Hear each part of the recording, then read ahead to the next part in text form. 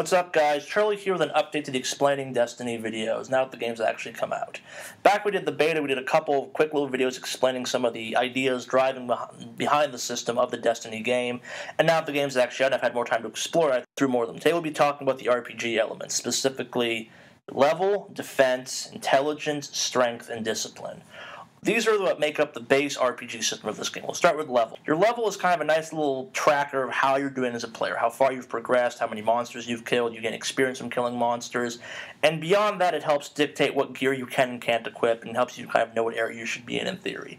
But beyond that, it doesn't actually serve that much of a purpose in this game, and I'll talk about this more in a separate video, but your actual ability as a player, and by that I mean your defense, your health, and all that kind of stuff, is very dependent on your gear. Now, I think the only thing separate from this is your melee ability, which does seem to scale as you level up, because meleeing against a high-level enemy with a weapon that would do low damage against a low-level enemy wouldn't make sense. But as best I understand the game, your level really only is there to help you understand where you should be as a player, level-wise, and help you understand what type of situations might work best for you as a gamer.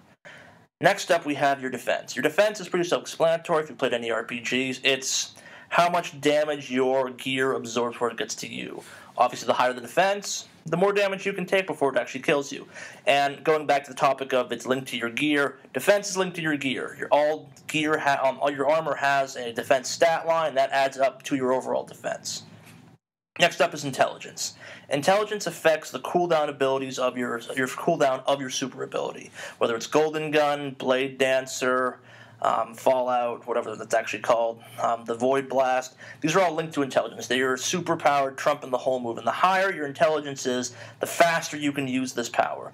Now, I understand that intelligence only gets you so far. The powers do recharge slowly over time, and there are some things you can do to boost. I think it's headshots, and the skillful play does indeed speed that up, and intelligence helps with that. There's a concept of efficiency that's shown as part of your intelligence. And I'm not quite sure what the max is or how it directly affects. I'm sure there's someone that's done math to figure out how the numbers correlate. But the higher your intelligence, basically the faster you can use your super moves. Pretty simple.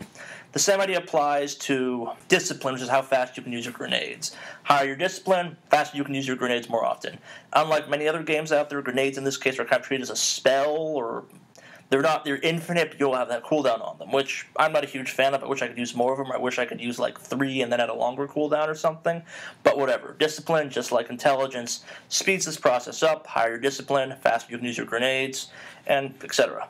Finally, we have strength. Strength that relates to your melee ability, obviously, as the name implies. And the higher your strength, the faster your melee superpower move cools down. And on top of that, there's often ways of augmenting how all these powers power up, essentially.